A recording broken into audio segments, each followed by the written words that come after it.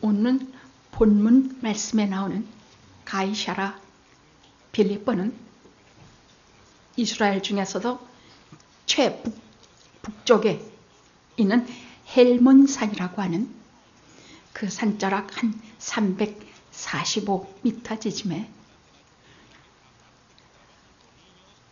형성된 조그맣고 아름다운 도시입니다.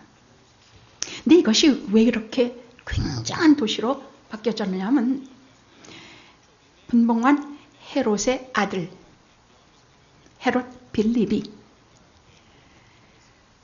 로마 황제에게 잘 보이려고 우선 거기를 크게 지역을 크게 확장시켜 놓고 거기에 가장 중요한 자리에 황제를 위한 신전을 지으면서부터 거기는 손꼽히는 큰 대도시가 되기 시작을 합니다. 그 당시에 가이사라라는 말은 황제의 칭호를 말하는 것인데 이 가이사라라고 하는 지명을 붙일 때에는 거기가 금한한 자격이 있어야 가이사라는 이름을 붙일 수가 있었습니다. 그래서 그렇게 크게 두 가지의 조건인데 첫째는 도시의 규모가 아주 크고 굉장해야 합니다. 둘째로는 황제를 위한 신전을 최고로 잘 지어서 아주 황제의 마음에 흡족해야 가이사라 빌립보인데 거기에 가이사라 빌립보라는 이름을 얻게 되기 때문입니다. 제가 왜 가이사라 빌립보라는 것을 구태여 조금 시간을 들여서 설명하는가 하면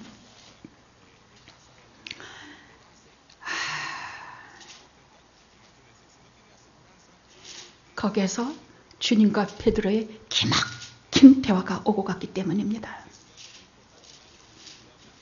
그냥 생각만 해도 어마어마한 말씀이 오늘 여기서 이루어졌기 때문입니다. 그런데 그 배경이 무슨 이렇게 거룩한 산이 있는 곳이나 여러분 거룩한 산이 있는 것은요 어딘지 하나님을 경배하고 하나님 앞에 우리가 하나님께서 계신다는 마음을 불러일으키는 것이라 그런 데서 그런 고백이 오갔다면 아닙니다. 가이사라 빌립보는 우상의 도시요 황제의 도시요 인간의 자랑으로 도배칠을 한 아주 휘황찬란하지만 속으로는 허무하기 짝이 없는 도시가 가이사라 빌립보였기 때문입니다.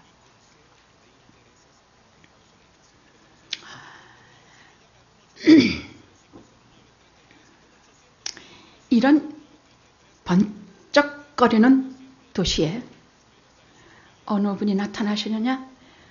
거지같이 초라하신 예수님이 거기에 나타나셨습니다. 이제 십자가의 길을 걸어가시기 직전인데 헬몬산을 거치셔서 가이사라 빌립보에 당도하셨을 때에 그 인간의 영광으로 만든 어마어마한 신전, 우상, 온갖 것들로 꽉 찬 도시를 바라보셨습니다. 당시의 로마는 세 가지의 큰 목적을 가지고 추구했으며 세 가지의 큰 자랑이 있었습니다. 그 첫째는 힘, 군사력이라든지 경제력이라든지 권력이라든지 이것을 최고로 치면서 이것을 구가하는 것을 목적으로 삼고 가고 있었고 두 번째 로마의 자랑은 둘째가 지식이었습니다. 실제로 거기에서 헬라 철학, 헬라 문학들이 많이 나왔습니다만 거기에서 그것은 무엇을 말하느냐? 자기들의 명예를 추구하는데 목숨을 걸었다는 얘기예요. 세 번째는 로마가 무엇을 자랑했느냐? 육체미의 아름다움을 추구하는 것이 그 사람들의 자랑이었습니다. 그래서 로마 시내라든지 옛날 로마 유적지를 가보면요. 지금도 질비하게 아주 근육이 우람한 남자의 멋있는 남자상이라든지 여자의 아름다운 몸매에 나신상 같은 것이 즐비합니다. 어디에 가도 그러한 육체미를 자랑하는 그러한 곳으로 질비한 것이 로마가 추구하는 힘의 영광이 그것이었습니다. 그러니까 예수님께서 거기에 제자들을 데리고 들어서셨을 때는 그 사면에 그 사람들은 자기의 그것을 자랑하기 위해서 집집마다 조각을 크게 만들고 대리석으로 집을 만들고 자기들의 힘을 가시하기 위해서 수도 없는 불을 진열하는 곳에 그 어마어마하고 번쩍거리는 도시에서 주님께서 제자들에게 이렇게 물으십니다. 우리가 라스베가스 같은 데 가서 수도 없이 올라간 호텔이라든지 돈으로 매닥지르란 수많은 것들을 보면서 주님께서 실제로 이 땅에 오셔서 우리 자신에게 이렇게 물어보신다고 한번 생각해 보십시오. 사람들이 나를 누구라 하느냐? 그러니까 무슨 엘리야다, 세례 요한이다, 누구다 그저 기껏 선지자 정도로 그렇게 저들이 알고 있다는 얘기입니다. 저들은 예수님이 누군지 전혀 몰랐습니다. 자, 그러면 그 사람들보다 너희들은 나하고 3년을 같이 지냈으니 너희들은 나를 알 것이다. 그렇게 생각하시고 그러면 너희는 나를 누구라 하느냐?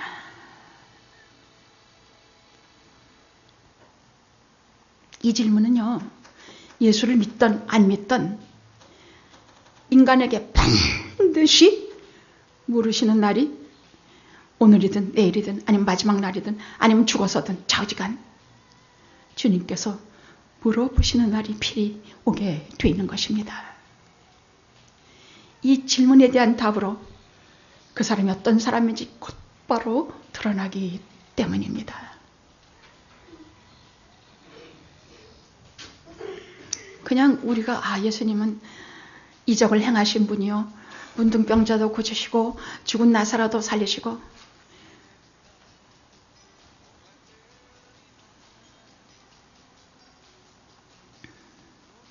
주님은 엘리야요, 에레미야요, 뭐요 능력을 행한 선지자입니다 하고 알고 계시면 다시 생각하셔야 합니다. 그것 가지고는 절대로 하나님 나라에 들어갈 수가 없기 때문입니다. 그런데 베드로가 척 나서서 주는 그리스도시요 살아계신 하나님의 아들이십니다. 이거 우리가 늘 들어서 그렇죠. 어마어마한 신앙 고백이에요. 첫째로 그리스도란 메시아라는 자기들이 저 옛날부터 하나님께서 약속하신 구세주를 이 땅에 지금 여기 와 계신다는 나의 구세주라는 말이에요. 살아계신 하나님의 아들이라는 말은 이게 정말 어마어마한 말이에요. 살아계신 하나님의 아들이라고 하면 하나님의 아들은 사람이에요? 하나님이에요? 몸은 하나님이지만 원체는 몸은 사람이지만 원체는 하나님이 아니십니까? 그 하나님이 지금 여기 오셔서 지금 인간의 온갖 영화로 덫이라고 있는 가이사랴 빌립보에서 하나님의 권능과 하나님의 힘과 하나님의 능력이 지금 이것들이 다 하루아침에 하나님의 권능에 하나님의 능력에 비하면 이 세상 거 얼마나 초라한지 아시죠?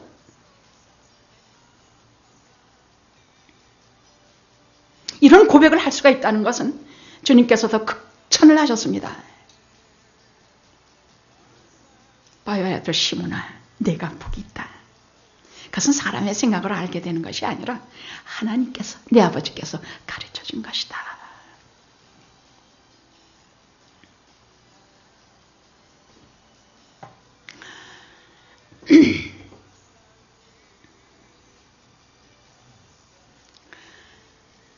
하나님의 아들이 이 땅에서 구세주로 오셨다는 것은 모든 사도신경 신앙의 근간이 되는 말씀입니다.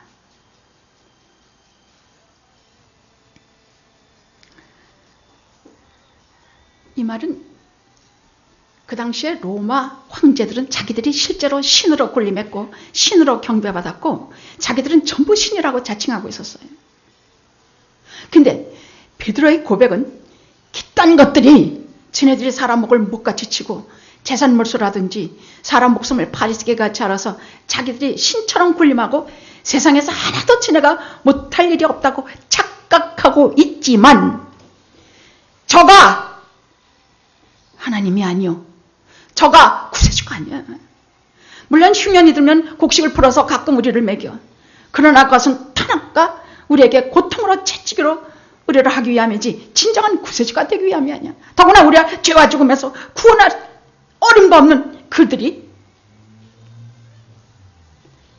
하나님의 아들 예수 그리스도는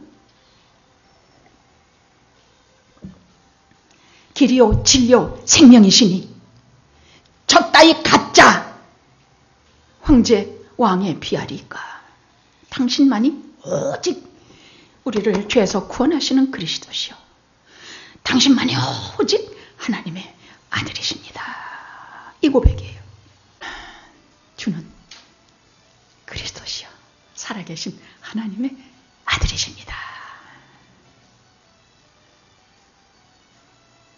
주님께서 극찬하시면서 내 아버지께서 너에게 알려주신 것이다. 그리고 뭐라고 말씀을 하셨느냐? 기가 막힌 말씀을 하세요. 뭐라고 18절에 너는 베드로라. 내가 베드로라는 말은 반석이란 뜻이에요. 내가 이 반석 위에 내 교회를 세우리니 음부의 권세가 이기지 못하리라. 많은 사람들이 베드로 위에다가 교회를 내가 이 반석 위에 내 교회를 세우리니 내 교회. 저는 전에는 이 말씀이 크게 부각되지 않았는데 날이 갈수록 내 교회? 내 교회? 내 교회를 세우리니 음부의 권세가 이기지 못하리라.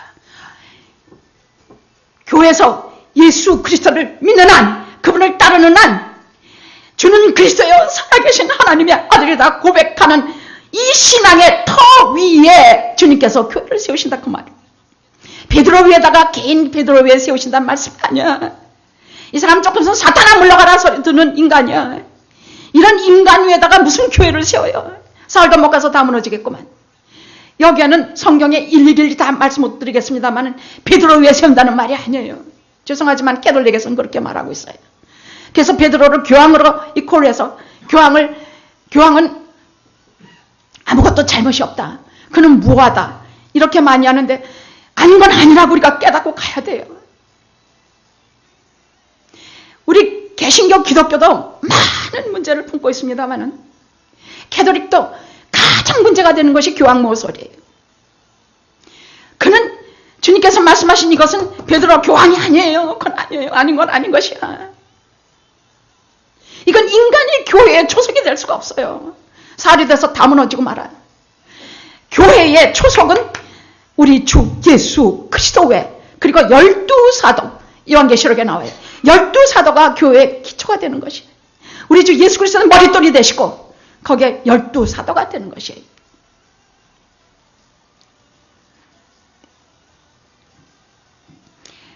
내가 그럼 이 반성부 이렇게 신앙 고백하는 바로 그 믿음의 그 신앙 고백 위에 내 교회를 세우리니 음부의 권세가 이기지 못하리라. 음부의 권세라는 건 죽음을 말하거든요.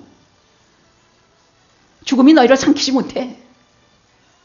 죽음에 질질 끌려가서 영원히 사라지는 존재가 아니게 돼. 그 소리예요. 왜? 주께서 죽으시고 부활하시고 사망을 이기셨으니까. 교회에 그 권세를 다 주신 것이에요. 사망의 권세가 음부의 권세가 너희를 이기지 못하리라. 우리가 다니는 교회가 어떤 것인지 알아야 합니다. 또 뭐라 그러셨느냐? 19절에 이것은 제자들과 이후에 올 모든 크리스찬들을 대표해서 베드로에게 주시는 천국 열쇠예요. 지금 수여식이야. 내가 천국 열쇠를 네게 주리니.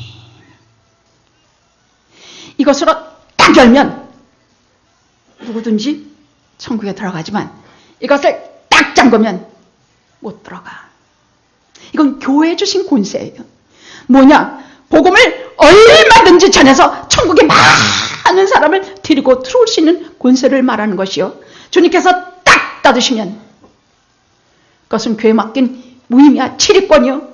교회에 맡긴 교회에서 가지고 있는 통제권이에요. 교회는 뭐 아무나 와서 아무 짓이나 맡겨도 되는 것이 아니에요. 교회는 함부로 하는 것이 아니에요. 아무리 못나도 주께서 세우신 종은 특별히 구별해서 세우신 종에게 함부로 하는 것이 아니에요. 그렇다고 목사들이 자기가 뭐가 된양 높은 데 서서 자기가 군림하려고 하는 것은 정말로 잘못이에요. 다만 봉사권이에요. 목사로서 가지는 봉사권을 말해요. 말씀을 나누고 말씀을 전하고 주님의 양들을 사랑하고 그분들을 위하여 생명까지 버리는 봉사권을 말해요.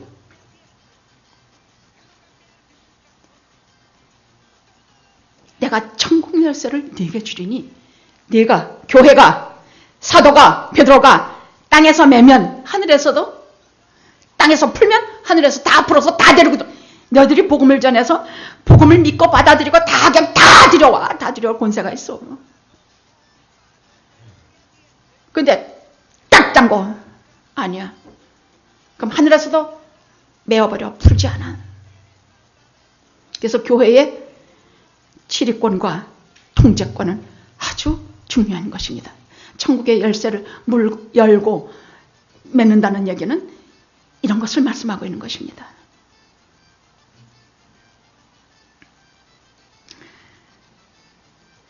자, 오늘 말씀 속에서 제가 특별히 은혜를 받고 전해드리고 싶은 말씀은 내 교회, 내 것, 주님께서 교회를 내 것이라고 하시는 내 교회라는 단어입니다. 이 말은 무슨 말이냐면요. 내가 지금 다니고 있는 영화교회는 무엇을 하는 곳인가? 대체 어떤 곳인가? 이 세상의 모든 교회는 주님께서 세우신 것이 교회예요. 아까 우리 안 장로님께서 하시면서 우리 영화교회도 주님께서 세우신 교회입니다. 무슨 저하고 무슨 텔레파시가 통한 것처럼 그렇게 말씀하시더라고요. 저는 다른 교회는 몰라.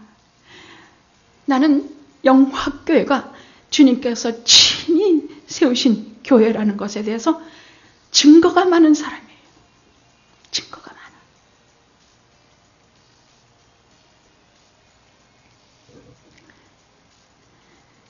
여러분들 기억을 몇 살까지 기억하십니까? 어린 시절부터. 몇 살까지 기억이 나요? 3살? 4살? 3살? 보통 우리는 한 4살부터 대강 기억을 한다고 합니다. 3살부터 기억한다는 건 보통 똑똑한 사람이 아니고 보통 우리는 한 4살부터 많이 기억한다고 합니다. 근데 제가 소급해서 기억하는 한 저는 언제나 교회 속에서 살아왔더라고요. 교회하고 연관이 안 되는 삶이라는 게 단 하루도 없었어. 왜? 몇 대째 기독교 집안이지. 우리 외조부님은 이북의 그 유명한 장대행교회 성가대 지휘자셨어요. 악기를 못 다루시는 게 없고 1년에 반은 저희 집에 와서 사셨는데 항상 우리를 새벽이면 일으켜 세워서 찬양부터 부르게 하고야 더 자게 하셨습니다. 그리 노래를 잘 못할래야 못할 수가 없죠. 노래도 자꾸 해봐야 잘합니다. 그래서 할아버지 때문에 우리 딸넷은요, 아무데나 나가서 피아노 반주 없이 1부, 2부, 3부, 4부로 촥 노래가 나왔어. 그 외할아버지만 그러신가? 외할아버지의 어머님은 한국 최초의 사례비를 받고 전도사를 장대현 교회에서 평생 전도사님으로 봉직한 분이 저희 증조 할머님이신데, 이분은 딱 유복자들 외할아버지 한 번 낳고는 평생 하나님 앞에 진짜 진실히 살아냈어요. 그러니까 저는요, 도리가 없이 아버님도 그런 집에서 저희 어머니가 시집갈 때 누가 하냐, 목사님 되실 분, 목사님이 아닌 분하고 치과에서였어요. 아버지가 처음에 그분을 만들어서 목사님이 되게 하신 분이 저희 어머님이에요. 아니, 저는 그때 아버지 그냥 치과 의사로 두지 돈도 많이 벌을 텐데. 그래서 우리 아버지 신학하시고 아버님도 늦게야 감리교에서 파송을 받으셔서 목회를 하셨는데, 저는 어려서부터 제가 느꼈던 교회는 아버님이 하신 목회는 그런대로 좋았어요. 대우도 좋았고 예배당도 좋은데 교단에서 줬고 아버님 교인들도 많은 교회요. 대우도 잘 받으셨어요. 그러니까 제가 알기로는 목회자의 일이라는 것도 뭐 근사하더라고요. 괜찮더라고. 아버님 맨날 설교 준비하시고 뭐하고 하신 걸 보고 자랐는데, 언제부터 제가 목회자라든지 교회에 대해서 너무 마음속에 아픈 마음과 정말 아니었으면 좋겠다는 생각을 품기 시작했냐면, 어머니가 혼자 된 다음부터 우리네 공부시키시고 그 다음에 혼자 대학 나오시고 목사직을 받아서 목회를 하신 다음부터였어요. 우리 딸내 때리고 하시는 목회 돈도 없어. 아무도 없어. 우린 아직 어려. 그러니까 어머님은요, 어디 집을 이사하실 때면은 제일 먼저 이걸 다 트고 교회가 될 자리인가 안 자리인가 그것도 보시고 집을 고르셨어요. 그러니까 우리는 자랄 때 사생활이라는 것이 없었어요. 주일이면 우리 집은 다 문이란 문은 다 열고 그날은 교회가 되는 것이에요. 그리고 우리는 그것으로 모자라서 교인들이 오는 그분들의 빵하고 우유를 덮이고 빵을 굽고 하는 일을 아주 상습적으로 해내야 되는 이 우리의 역할이었습니다. 그것도 다 괜찮아요. 뭐 내 방도 없어져도 좋고 음식 다 해도 좋고 모두 다 좋아. 근데 이렇게 살면서 제가 느꼈던 교회라는 것은, 제가 깊이 절망감을 느낀 것은, 첫째,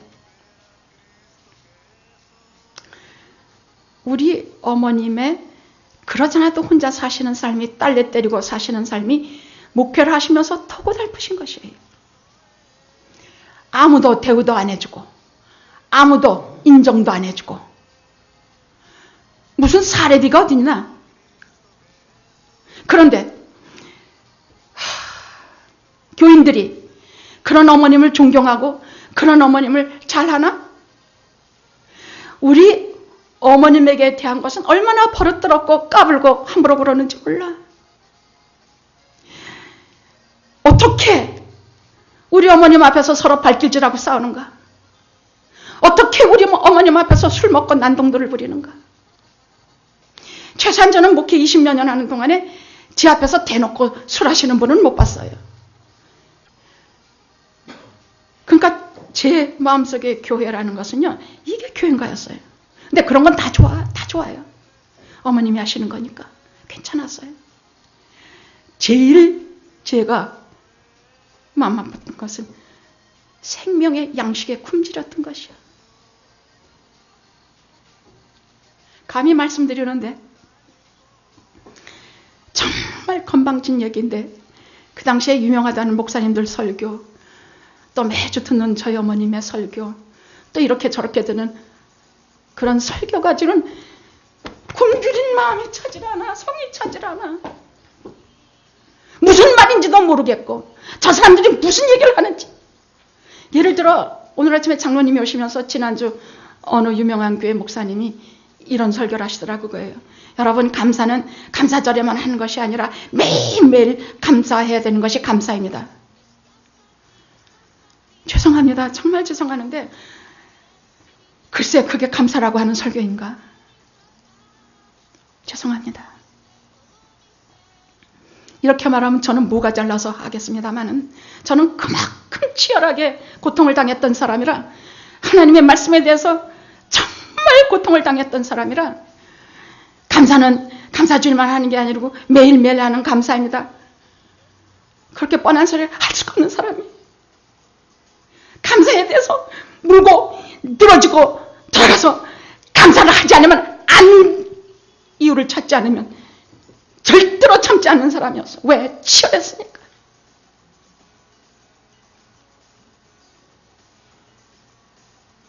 그런데 그럼에도 불구하고 저 역시 너는 나를 누구로 아느냐, 예수는 누구냐에 대해서 솔직히 관심도 없었어요. 불평만 할 줄 알았지 정말 진리로 들어갈 줄을 몰랐다는 얘기예요. 제가 가장 잘못한 것이 성경을 읽지 않았다는 것이에요. 그렇게 불평하면서 성경을 읽지 않았어요. 봐도 모르겠더라고. 그래도 성령께서 조명해서 가르쳐 주실 것을 그냥 보지도 않으면서 교회만 욕하고, 오는 교인들 욕하고, 돌아가면서 목사님들 욕하고. 그런데 직장 생활이 지옥 같아지고 이 세상에 사는 것 자체가 너무 험해서 정말 방법이 없어서 이렇게 말라가면서, 하나님 정말 계시다면 저를 만나 주시옵소서. 안 만나 주시면 저는 죽겠습니다. 저 만나 주시옵소서. 저는 살 수가 없습니다. 얼마나 고함을 지르고 하늘에도 소리 지르고, 그런데 아무 대답도 없었어요. 무답이에요.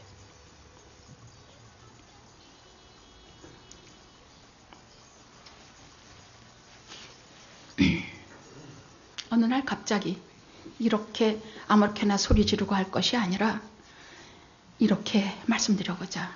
기본적인 모태신앙은 있으니까 제가요, 당신은 누구십니까?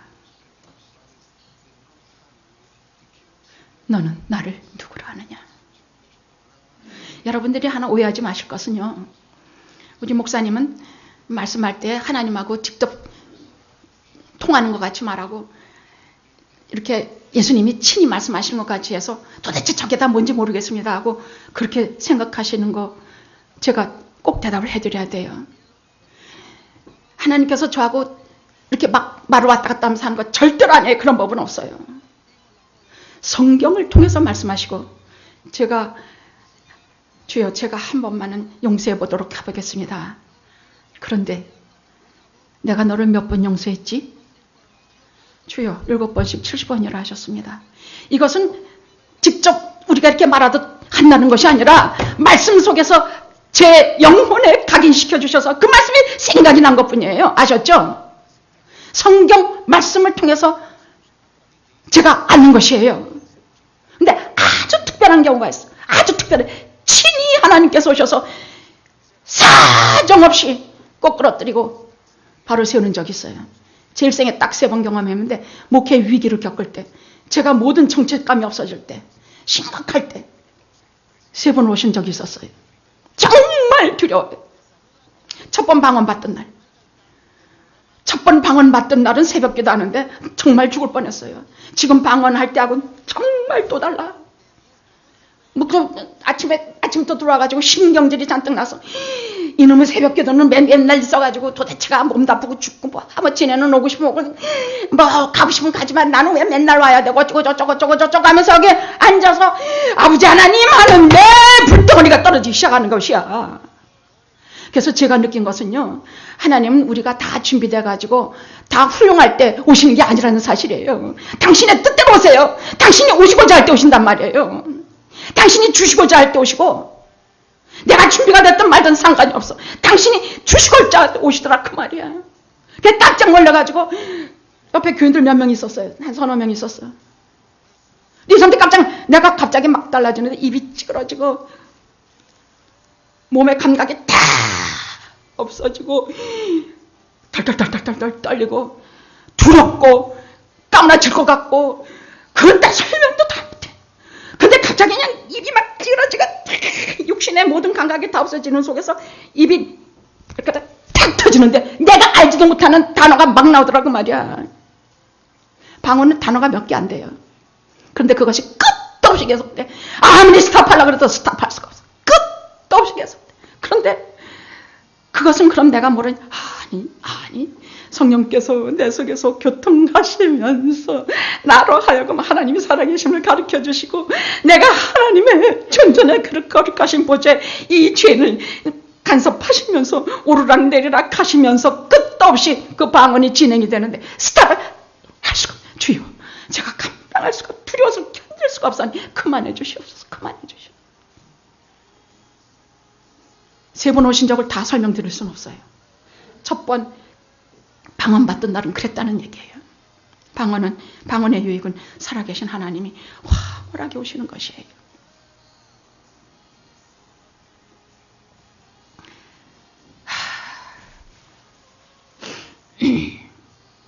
주여 당신은 누구십니까? 너는 나를 누구라 하느냐? 그리고 그렇게 기다리던 35살에 그렇게 기다리던 성령께서 오셔서 영혼을 그 죄 많은 영혼을 주물르시고 하나님의 사람으로 새로 빚으신 이래로 나는 그것을 대답할 수가 있게 됐어. 나는 그때서야 주님이 누군지 알았어. 그때서야. 그 대답은 베드로의 고백이든 나다나엘의 고백이든 마르다의 고백이든 똑같아요. 모든 주님을 만난 사람들은 그 고백이 똑같아. 그 이후로 누가 내게 물으면 너는 나를 누구라 하느냐? 내 죄를 용서하시고 죽으신 하나님이시여. 나의 구세주시여. 살아계신 하나님의 아들입니다. 이 단어는 하나도 생각 안 날 때도 그게 척 나오더라고 말이야. 내 죄를 용서하신 구세주시여. 하나님의 아들이십니다. 그때서야 그걸 알겠더라고. 그때서야.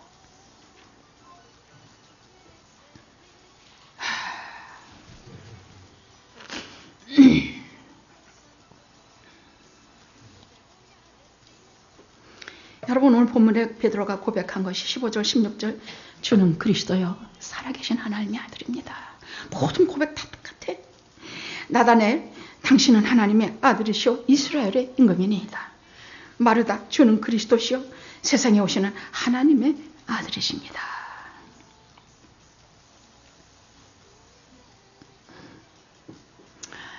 여러분 제가 아무리 어머님 목회라든지 아버님 목회라든지 교회마다 바라보면서 이러고 저러고 욕이나 하고 뭐하고 해도 이 말씀 때문에 저는 모든 교회에 대해서 다시 보게 됐어요.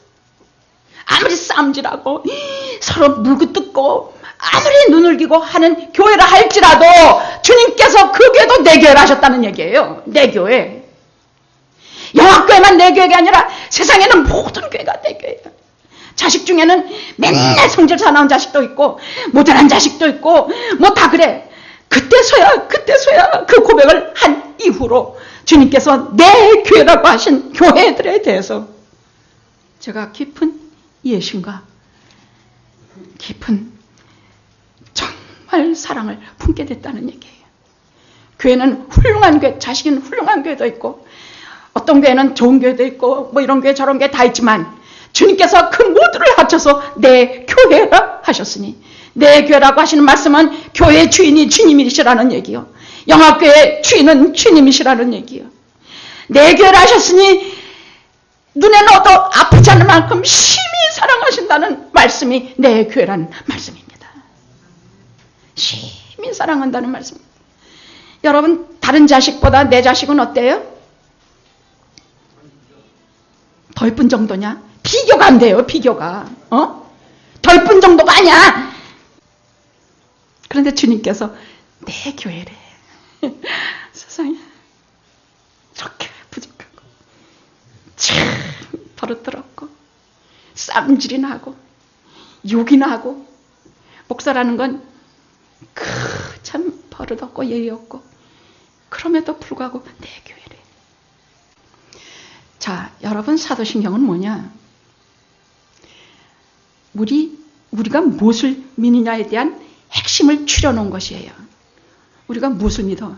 우리가 하나님을 믿는다고 하고 성경을 믿는다 하지만 하나님은 눈에 보이지 않아. 어떻게 믿어?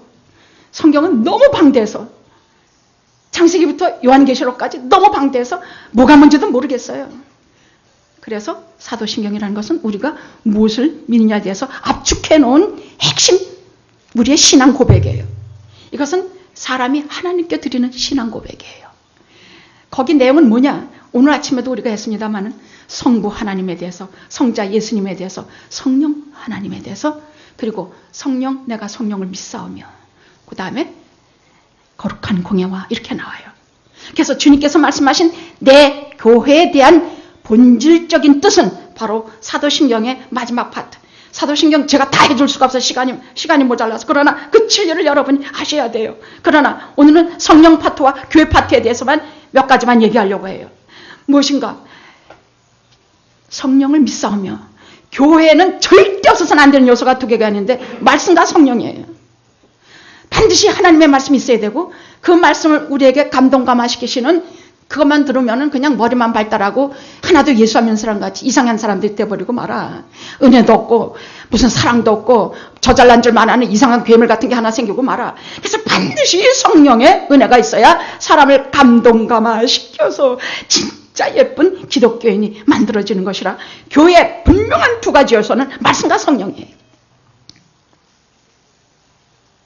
그런데 여기서 오늘 우리 그 마지막 성부 끝나고 제가 말했죠. 성부는 한번 얘기했어요. 전능하신 하나님, 천지를 창조하신 하나님, 우리 아버지 되신 하나님, 그리고 예수 그리스도는 좀 많이 필요로 해요. 우리가 언제 한번 할 거예요. 여기에서 이것이 우리가 진짜 신앙의 핵심이기 때문이에요. 근데 그 다음에 성령을 믿사오며, 그럼 성령을 믿는데 무엇을 믿는다는 구체적으로 거룩한 공예를 믿으며, 그 뜻이에요. 거룩한 공예와 거룩한 공예라는 건 뭐냐? 거룩한 교회를 말하는 것이에요. 거룩한 교회를 믿사오며, 거룩한 공회, 거룩한 교회라는 것은 뭐냐? 거룩이라는 뜻이 본래 구별하다는 뜻이에요. 그러니까 하나님께서 구별해서 세운 것이 세상에 속해 있지만 세상에 살고 있지만 세상에 속하지 않고 하늘에 속한 존재들이고, 거룩한 공회라는 것은 이 땅에서 살지만은 하나님께 속한 것이 교회라는 얘기예요. 거룩하다는 얘기예요. 구별됐다는 얘기야. 그래서 많은 날들 중에 주일을 골라서 구별해서 거룩히 세운 날이 바로 주일이에요. 이 날은 거룩한 날이에요. 또 성전, 이것은 수많은 집에서 하나님께서 구별해내서 이것은 예배하는 예배당 하고 거룩한 성전을 우리가 예배당이라고 그래요. 그래서 저는 여러분에게 이 자리에서 분명히 말씀드리다마는 우리는 여기 교회 건물을 갖고 있어요. 지금까지 너무나 많은 분들이 교회 건물 뭐 이렇게 비어 있는데 저 좀 뭐 씁시다. 어디 저기서 사무실 합시다. 뭐 좀 무슨 뭐 합시다. 많이 그래요. 왜? 거룩히 구별된 여기는 거룩한 곳이에요. 하나님께서 수많은 집 중에 여기를 골라서 거룩하게 만든 거룩한 집이에요. 거룩한 성전이에요. 여기는 오직 하나님께 말씀을 우리가 듣는 자리요, 예배하는 자리요, 찬양하는 자리요. 그것 외에는 아무것도 해서는 안 되는 자리예요. 이것 외에는 절대로 여기서 찬양하고 말씀하고 뭐하고, 여기는 거룩한 자리예요. 이 강제상이 나무로 만든 거 어디 가나 저 밖에 내놓고 아무것도 아니면 아무것도 아닌 그냥 나무 쪼가리예요. 근데 여기에서 하나님의 말씀이 전해지는 사람을 구원하는 자리, 거룩한 것이에요. 여러분은 거룩한 성도라는 하는 것은 수많은 사람들이 골라내서 하나님의 자녀로 선택함을 받았기 때문에 거룩한 성도라고 부르는 것이에요. 영화교회는 거룩한 것이에요. 그래서 저는 제가 사는 날 동안뿐만이 아니라 절대 교회를 그렇게 쓸 생각이 전혀 없습니다. 그런 하나 마음 아픈 것이 있다면 저 밖에서 한 번은 아무도 없는 낮에 여기 와서 가만히 교회를 살펴봤어요. 사찰님들이 어떻게 살고 있는가? 어떤 분들이 여기 와서 기도를 하고 있는가? 누가 어떻게 교회는 적막하고 뭐 하나님의 거룩한 처소인 것은 하나도 안 보이고 그때부터 가슴속에 하나님 앞에 기도하는 제목이 하나 있는 것은 세계를 굽는 영화교회라고 하셨으니 여기서 활발하게 전도와 선교에 열풍이 불게 해주시옵소서. 어떻게든지 아까 그 찬양이었죠. 불속에라도 들어가서 물속에라도 들어가서 하나님의 말씀을 전하자. 그게 교회의 본질이기 때문입니다. 여러분, 거룩한 공예를 믿사오며 거룩한 공예를 믿는다는 얘기예요. 교회가 거룩한 것을 믿으며 성도가 교통하는 것, 성도가 교통하다는 거 이건 교회가 하는 얘기이기 때문에 꼭 해야 돼요. 성도가 교통한다는 얘기는 한번 성도의 교제를 말해요. 근데 그냥 만나서 밥 먹고 뭐 하는 것이 그런 것이 아니라 말씀과 기도와 이런 것으로 성도끼리 성도의 교제라는 얘기예요. 그래서 이 성도의 교제는 우리가 예배 한번 드리고 휙 가버리면 절대로 성도의 교제를 할 수가 없어요. 우리가 그래서 소그룹 모임에, 교회 소그룹 모임에 반드시 들어가야 돼. 우리에게는 딱 하나밖에 없어요. 속회 모임이에요.